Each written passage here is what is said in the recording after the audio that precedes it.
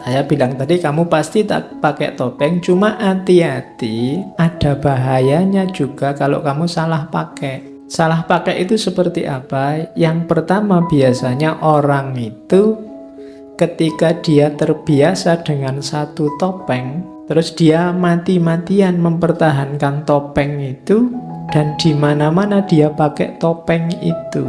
Oh, ini bahaya kalau sudah kayak gini. Bisa sakit jiwa. Ada orang yang fanatik dengan topengnya karena dia seneng dengan topeng itu dan di mana-mana dipakai. Ya kalau cocok, kalau tidak cocok, kamu bisa dianggap sakit jiwa atau jangan-jangan memang sudah sakit jiwa. Hari ini kan banyak konflik karena orang lupa membaca topengnya dan lupa menanggalkan topengnya. Sisi gelap. Dalam dirimu ada sisi gelap, cuma kamu tidak sadar. Mengaji Hening bersama Dr. Fahrudin Faiz. Mari kita simak. Collective unconsciousness. Ketidaksadaran kolektif. Ini wilayahnya lebih dalam lagi dibandingkan ketidaksadaran personal. Katanya Jung, ini mungkin ada pengaruh ajaran-ajaran agama tertentu mungkin, bahwa begitu kita lahir, kita ini bukan papan kosong. Kita mewarisi apa? Hal-hal, ingatan-ingatan. Mungkin dulu nenek moyang kita punya cita-cita apa, punya keinginan apa, punya harapan apa, punya semangat untuk ngapain. Yang semacam ini nanti bisa diwariskan dari generasi ke generasi, akumulatif. Katanya Jung, ada sisa psikis perkembangan evolusi manusia yang menumpuk dari generasi ke generasi. Dan ini, apalagi yang ini, yang tadi aja nggak disadari, apalagi yang ini. Collective unconsciousness. Itu yang bikin misalnya kadang-kadang kamu heran, kok bisa ya orang Yahudi itu seperti itu semua. Mungkin cerdik, cenderung agak tricky, kemudian kok bisa ya etnis ini kok sukses terus kalau bisnis. Kok bisa ya? Itu ada warisan-warisan dari nenek moyangnya. Otomatis begitu. Kadang-kadang kamu usaha mati-matian, gak sukses-sukses. Tapi dari etnis itu temenmu cepet banget. Cuma ngapain aja terus jadi kaya. Itu ada collective unconsciousness. Jadi dia otomatis dia mewarisi itu dari nenek moyangnya. Jadi diwariskan dari kakek nenekmu. Tadi ada orang introvert, ada orang ekstrovert, itu bisa dilacak ke belakang dulu-dulunya. Kemungkinan kakek nenek moyangnya kecenderungannya seperti itu juga. Ya meskipun tidak harga mati, tapi ini nyetir kepribadianmu. Makanya ada, kalau orang Jawa itu cenderung lembut, cenderung tidak mau so, cenderung melunak. Sementara etnis tertentu biasanya lebih suka keras, lebih suka tegas, lebih suka. Itu warisan genetik. Saya pernah baca buku itu, bahkan batin, sikap batin itu berpengaruh pada DNA seseorang. Yang itu bisa diwariskan. Misalnya dulu kakekmu pacaran terus patah hati. Ya. Karena patah hati terus sumpek terus, kakekmu itu hidupnya murung, terbayang-bayang pacarnya terus meskipun kawin sama orang lain.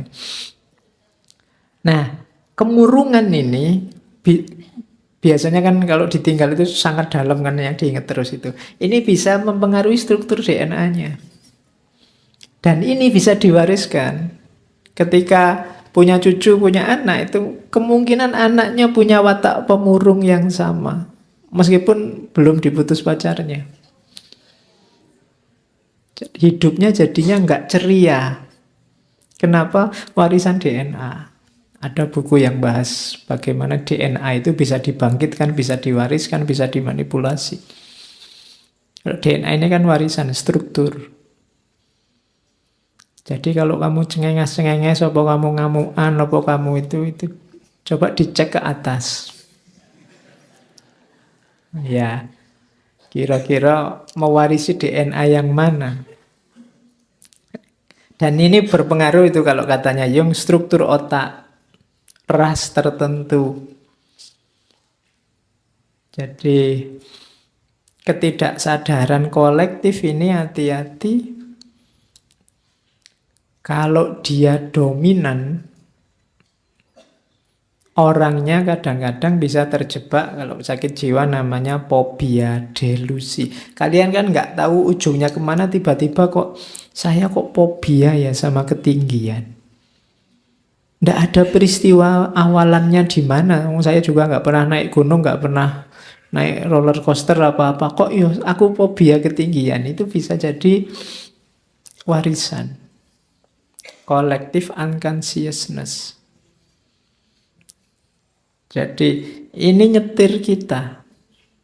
Kalau kita tidak sadar dan ini dominan, kita agak kayak orang sakit jiwa. Makanya tadi kalau di Jung ketidaksadaran personal atau kolektif ini harus kita hati-hati dan kita kelola dengan baik. Kalau tidak, ini membanjir keluar tanpa terkontrol, ya kita bisa terkena beberapa penyakit jiwa. Jadi orang-orang di pinggir jalan yang sakit jiwa itu antara lain ya gejalanya ini. Kita ngomong apa, dia ngomong apa. Karena dia tidak bisa lagi mengontrol wilayah kesadarannya. Bawah sadarnya membanjir keluar. Terus isinya apa sih ketidaksadaran kolektif itu? Yang pertama apa? Archetype, arketipe. Arketipe itu semacam tipe ideal. Atau kalau bahasa Plato ya idea. Tipe ideal itu jenis ketidaksadaran kolektif. Setiap orang, setiap generasi manusia secara tidak sadar kolektif punya archetype, punya arketipe. Misalnya, tipe ideal itu kan misalnya ayah yang baik, atau manusia yang kuat, atau orang tua yang bijaksana, atau anak-anak yang ceria. Itu kan kamu semua punya tipe ideal. Itulah namanya archetype. Yang ini biasanya jadi kiblat, jadi rujukan. Tapi ya karena sifatnya tidak sadar, kita tidak tahu. Itu dicontohkan oleh Jung, misalnya nenek moyang kita dulu setiap hari melihat matahari terbit. Kemudian memahami betapa pentingnya matahari. Lama-lama muncul dalam ketidaksadaran kolektif tentang powerfulnya matahari, pentingnya matahari, dia kuat, berkuasa, memberi cahaya. Wujudnya nanti jadi dewa matahari. Manusia ideal nanti kan munculnya kan superhero itu archetype-nya. Orangnya kuat, pinter, cerdas, suka menolong, membantu orang lain tanpa pamrih. Itu kan mirip. Di barat ada Superman, di kita punya Gatot Kaca. Mirip-mirip aja kan, ya cuma bajunya aja yang beda. Sini pakai baju gaya Jawa, sana pakai gaya Barat yang celana dalamnya di luar itu. Tapi kan dia kuat apa saja, ditembak tidak mempan, yang sini dipanah tidak mempan, tulangnya kayak baja, otot kawat, balung wesi, kan gitu. Sama, itu archetype, itu mimpi kolektif masyarakat tentang sosok ideal. Filosof ideal, kamu kan juga punya gambaran. Pokoknya kalau orang bijaksana kayak filosof itu biasanya sudah agak tua, syukur-syukur jenggoten, Kemudian kan gitu bayanganmu. Ada namanya arketipe. Ini ada di ketidaksadaran kolektif. Jadi ini kita tidak sadar tapi nyetir orientasi tindakan kita. Kita ingin seperti ini. Itu arketipe, ide-ide universal. Oke. Isi pertama itu. Isi kedua, persona.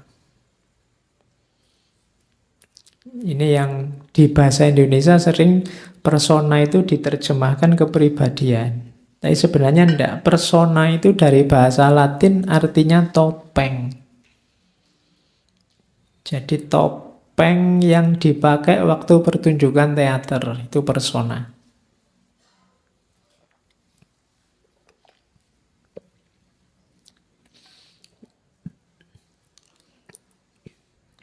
Jadi kita hidup tiap hari,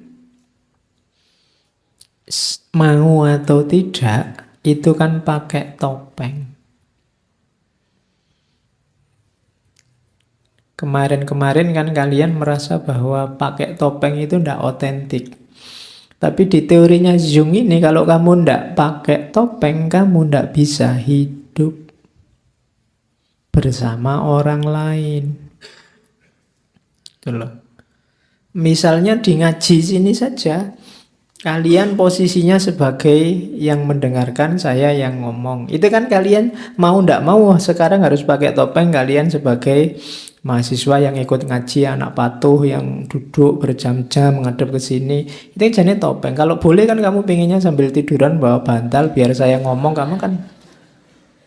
Tapi kan kamu ndak bisa. Kamu terpaksa harus duduk bersilo, sikile geringgingan terus. Itu kan jadi kamu ndak pingin begitu. Berarti apa? Kamu kesini pakai topeng. Di kampus juga begitu kan. Saya mahasiswa, mau ngerokok ndak berani, ada dosennya. Karena di sana ada larangan ngerokok. Akhirnya kamu di kampus nggak ngerokok. Ini janjiannya topeng. Padahal kamu pingin ngerokok, di sana ndak boleh. Di rumah kamu jadi anak, mau ndak mau konsekuensinya anak itu ya harus patuh sama orang tua. Orang tua nyuruh A ya A, orang tua nyuruh B ya B. Ini kan mau kamu di rumah pakai topeng jadi anak. Di kampus kamu pakai topeng jadi mahasiswa. Di masjid kamu pakai topeng jadi orang soleh. Kalau ke masjid kan kamu gayanya kan kalau orang soleh. Padahal kamu ya nggak mau gitu. Kalau bisa sholat itu mau nggak seribet itu misalnya, nggak serumit itu. Tapi kan nggak boleh, ada aturannya. Jadi dan kamu ikut aturan itu. Topeng-topeng ini nanti yang dikenal sebagai persona. Jadi inilah jembatan yang menghubungkan kita dengan lingkungan sekitar. Ini tidak terelakkan katanya Jung. Mau tidak mau kita harus pakai topeng. Kalau kamu asli menunjukkan keinginanmu, dirimu apa adanya, ya kadang cocok, kadang tidak dengan lingkunganmu. Kayak misalnya, Pak ngaji ini kalau tidak hujan gini sumuk, saya tuh pengen nyopot baju ya misalnya. Tapi kan kamu tidak bisa. Kenapa? Yang lain nanti kabur kalau kamu nyopot baju. Aturannya memang di sini harus pakai baju kan gitu. Kamu nggak bebas. Kalau kamu ingin bebas, kamu jangan masuk ke sini, masuk di kamarmu, kamu bebas. Kamu nggak butuh topeng lagi. Tapi apa bisa lepas topeng? Enggak. Kamu lepas satu topeng, ganti topeng yang lain, katanya Jung. Jadi kita hidup ini dari topeng ke topeng. Aslinya gimana? Aslinya ya topeng itu.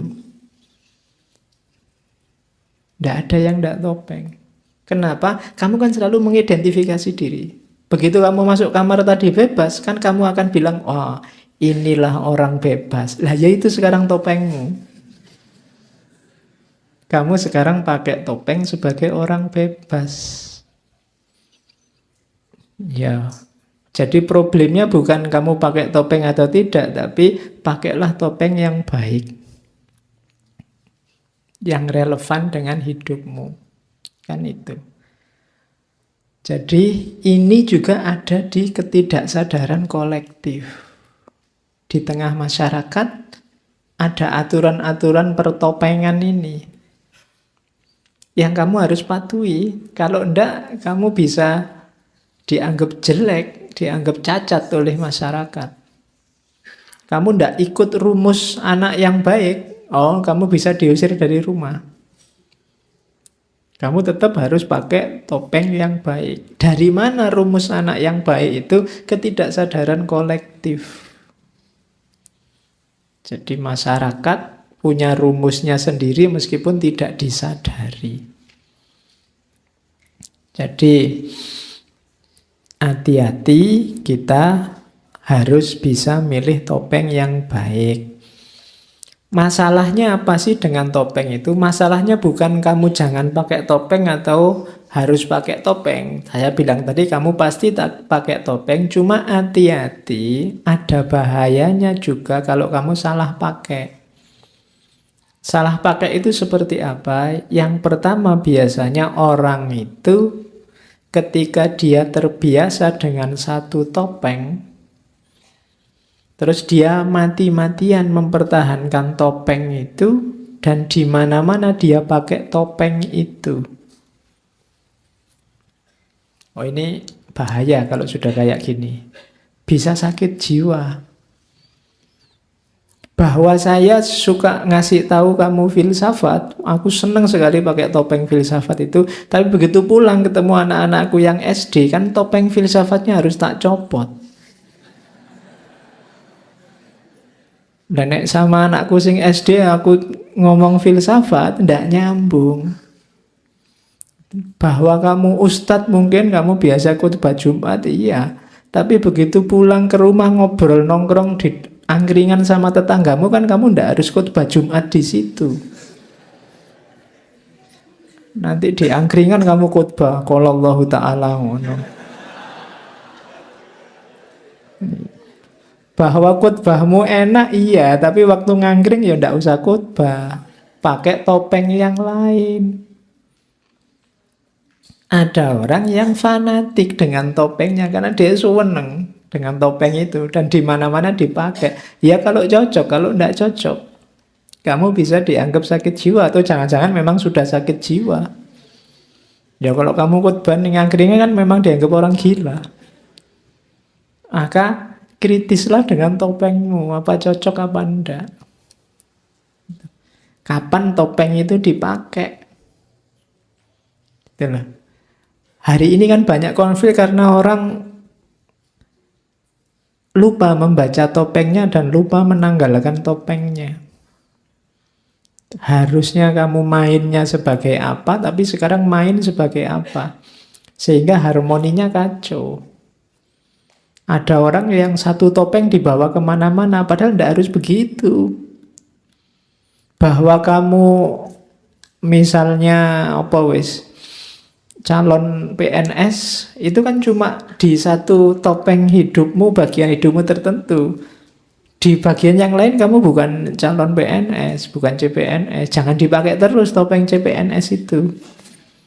Gitu loh. Jangan dipakai terus kamu santri ngaji filsafat itu ada. Ya kalau waktu ngaji gini kamu santri ngaji filsafat.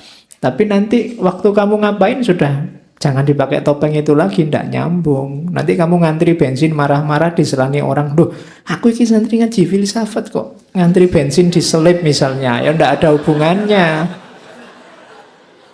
Gitu. Ya. Karena saya pernah ngantri bensin, ada dosen ngantri diselip orang marah-marah. Aku ini dosen loh gitu. Jadi ndak salah topeng. Kalau di kelas waktu ngajar ndak apa-apa, aku itu dosen, topengnya pas. Jadi Hati-hati, ada masalah persona, yaitu topeng kita cocok apa enggak. Begitu topeng kita enggak cocok dengan arenanya, dengan panggungnya, ya kita ada gejala sakit jiwa. Terus yang kedua adalah ada bahayanya lagi ketika kita sadar bahwa kita perlu topeng-topeng, pada akhirnya terus kita sangat ketakutan atau sangat peduli dengan pendapat orang tentang topeng kita. Ini juga bisa bahaya. Jadi memunculkan fobia, memunculkan orang, kamu selalu takut dengan penilaian orang lain terhadap dirimu. Kita selalu sibuk maunya orang lain apa, masyarakatku inginnya apa, dan kamu ikuti. Sehingga akhirnya kamu sendiri tidak punya keinginan. Kamu tenggelam di tengah masyarakat. Hidupmu hanya sibuk memenuhi tuntutan maunya orang lain. Ini juga sakit jiwa juga dalam tanda petik. Jadi bahwa kamu pakai topeng ya, tapi keputusanmu pakai topeng apa untuk situasi apa itu kan harus keputusanmu sendiri. Hari ini kan kita orang lain itu sangat menyusahkan dalam ranah tertentu, maka hati-hati, jangan kehilangan dirimu. Topengmu benar tapi kamu kehilangan dirimu, yang ditopengi apa terusan? Jangan kehilangan jati diri. Orang lain berhak komentar, tapi komentarnya orang lain tidak selalu cocok, tidak selalu benar dengan situasimu. Iya, kamu dengarkan, tapi tidak harus semua dipedulikan. Jadi kalau yang pertama tadi kamu tidak melihat situasi, pakai topeng cocok apa tidak sesuka hatimu. Yang kedua kebalikannya, kamu terlalu peduli situasi sehingga kehilangan jati dirimu.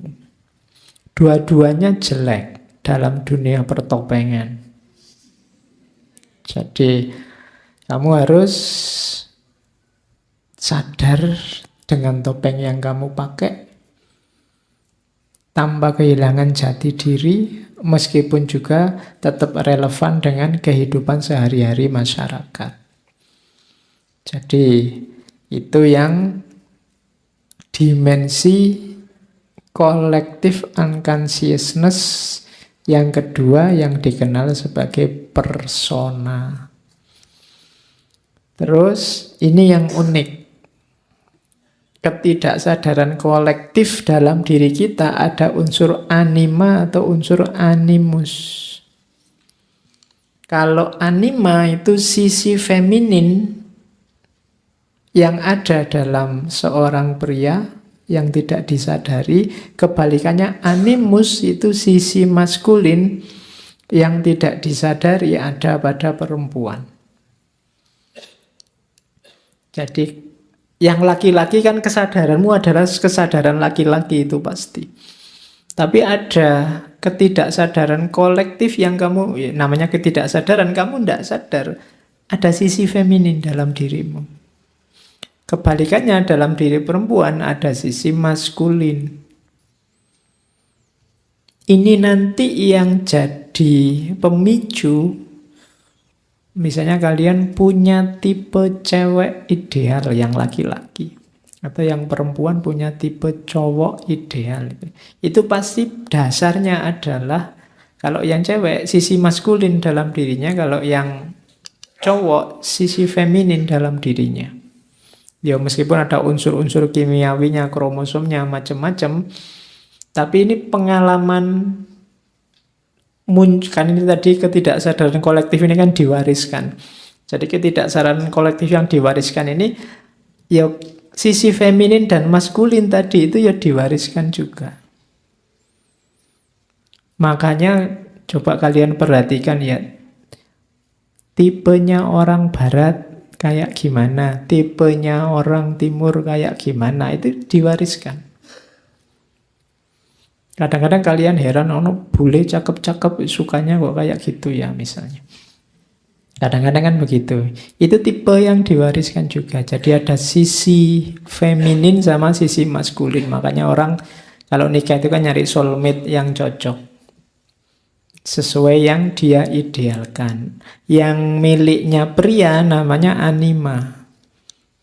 Ketidaksadarannya di perempuan namanya animus. Jadi dalam dirimu ada.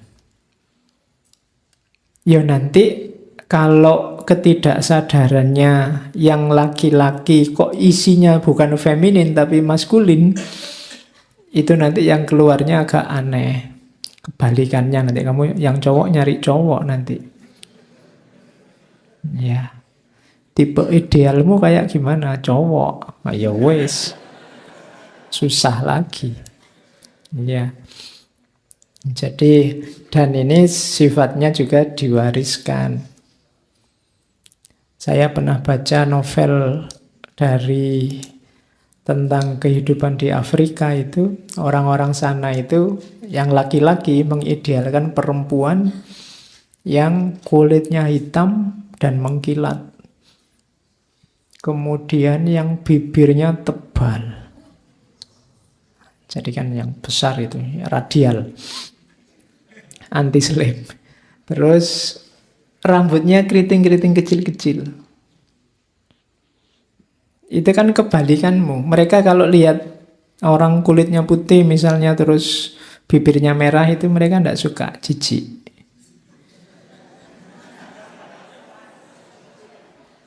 Iya, kok kayak gitu ya, jijik. Mungkin bagi orang sana begitu. Mereka sukanya yang hitam, kulitnya berkilat-kilat, rambutnya keriting, bibirnya tebal. Sip itu. Kata orang Afrika loh. Itu kan diwariskan. Selera ini kan diwariskan. Mungkin orang Jawa juga punya selera sendiri, orang luar Jawa punya selera sendiri, yang laki-laki punya ideal sendiri, perempuan punya ideal sendiri. Ini kalau ditanya mesti susah keluarnya. Kenapa? Ini ketidaksadaran kolektif. Jadi kamu tidak ngerti bahwa ini seleramu itu. Kadang kamu nyari alasannya kan susah. Apa sih yang kamu sukai dari dia? Tidak tahu Pak, ya suka aja. Itu ada unsur anima dan animus tadi yang cocok. Dan itu ada rekaman-rekamannya. Mungkin dari sisi wajah enggak, tapi nenek moyangmu merekam bahwa perempuan yang baik itu perempuan yang sabar. Maka mungkin parameternya sabar. Atau kayak orang zaman dulu, kayak di India itu perempuan yang baik itu kalau dulu yang subur. Jadi bisa punya anak banyak. Dan itu nanti parameternya kan, makanya zaman dulu itu perempuan cantik itu kan gambarnya bukan yang langsing-langsing, yang perutnya rata, tapi yang perutnya agak besar sedikit. Coba lihat patung-patung Ken Dedes, patung itu kan perutnya agak besar sedikit. Dan mereka tidak sibuk senam, yoga, tidak macam-macam gitu. Karena cantik itu versi zaman dulu memang begitu. Yang kayak gitu, yang perutnya agak besar sedikit, itu simbol bahwa mereka subur. Bisa punya anak banyak. Dibandingkan yang mungkin kurus-kurus, kerempeng, langsing itu. Yang sekarang diidolakan manusia hari ini, yang langsing-langsing itu. Itu anima sama animus. Ada pewarisan-pewarisan. Jadi ini ketidaksadaran kolektif. Kalau saya tanya kamu di level sadar, Anda Pak, saya tidak begitu, saya rasional loh Pak. Iya. Makanya kamu nggak dapat sampai sekarang. Galilah anima dan animusmu untuk nyari pasangan. Oke. Nah, kalau tadi kan yang positif-positif, hati-hati ada ketidaksadaran kolektif, jenisnya namanya shadow, bayangan. Ini yang disebut dark side, sisi gelap. Dalam dirimu ada sisi gelap. Cuma kamu tidak sadar. Jadi sisi gelap seseorang isinya insting-insting primitif negatif. Kejahatan, kemarahan, keserakahan. Kalau pakai bahasa ilmu jiwanya Islam ini nanti ya yang bahaim sama sabuiyah. Jadi unsur jiwa kebinatangan dan kebuasan. Setiap orang pasti punya sisi gelapnya. Cuma dia tidak sadar, kamu merasa dirimu baik terus. Padahal tidak. Ada sisi gelapmu. Kenapa kamu tidak tahu bahwa kamu punya kejelekan ini? Karena biasanya ini disembunyikan. Ini kebalikannya persona tadi. Kalau persona kamu tampilkan, kamu tunjukkan ke orang lain. Kalau shadow ini kamu sembunyikan. Biar orang lain tidak tahu. Dia tidak disadari, direpresi. Pokoknya di akun tidak. Nah, ada namanya defense mechanism. Defense mechanism itu mekanisme kalau orang nuduh kamu jelek, sebelum orang nuduh kamu jelek, kamu nuduh orang lain dulu jelek. Itu namanya defense. Biasanya apa defense mekanismenya? Ini sebenarnya teori dari Freud. Defense mekanismenya shadow itu proyeksi. Proyeksi itu sebelum kamu dituduh serakah, kamu nuduh orang lain dulu serakah. Jadi yang salah orang lain, bukan kamu. Itu namanya kamu proyeksikan sisi jelekmu ke orang lain. Kayak ada orang misalnya memperkosa. Loh jelas dia salah memperkosa, tapi kan dia masih, loh saya memperkosa sih, ya mungkin salah, tapi kan dia pakai rok mini sih salahnya.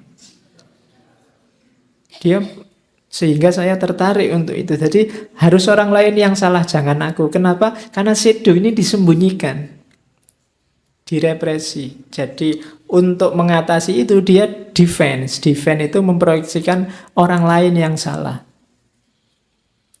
Jadi kalau ada orang kok nyalah-nyalahin yang lain terus, kemungkinan dalam dirinya ada kejelekan yang dia ungkapkan keluar itu. Cuma itulah defense mekanismenya. Sebelum dituduh hoak, nuduh orang lain dulu hoak. Itu defense mechanism. Sebelum dituduh bohong, cari dulu bagian orang lain, sisi kebohongannya mana. Nah, ini kalau individu per individu gampang, tapi kalau massal bisa jadi perang. Misalnya, ras ini itu jelek, ras ini itu curang, ras ini itu penjahat semua, ras ini itu rusak semua, bisa perang. Atau agama ini, agama rusak semua, harus dimusnahkan. Aliran ini itu aliran ini semua. Itu kan awalnya defense mechanism. Tapi karena sifatnya massal bisa melahirkan perang. Jadi pelajari dirimu di aspek defense mechanism ini. Biar kamu sadar bahwa kamu juga punya sisi gelap. Tidak cuma orang lain yang jelek. Kamu juga punya aspek-aspek kejelekan. Jadi hati-hati dengan gaya proyeksi ini. Jeleknya di kita cuma yang kita timpa kesalahan orang lain. Kenapa kamu tidak tahu bahwa kamu jelek? Karena ini levelnya memang ketidaksadaran kolektif. Jadi ada unsur shadow tadi, bayangan. Kita sembunyikan biar tidak kelihatan, kita tampilkan persona yang baik ke tengah masyarakat. Padahal di balik itu ada kejelekan-kejelekan, kejahatan-kejahatan kita. Sebelum itu diungkap, kita proyeksikan kejahatan itu ke orang lain. Oke. Ini kan logikanya kayak daripada kita yang diteliti, mending kita yang neliti. Daripada kita yang dimaki, mending kita yang maki. Kalau tidak dibunuh, Kalau nggak membunuh, kita yang dibunuh. Jadi mending kita bunuh saja. Nah, itu defense mechanism.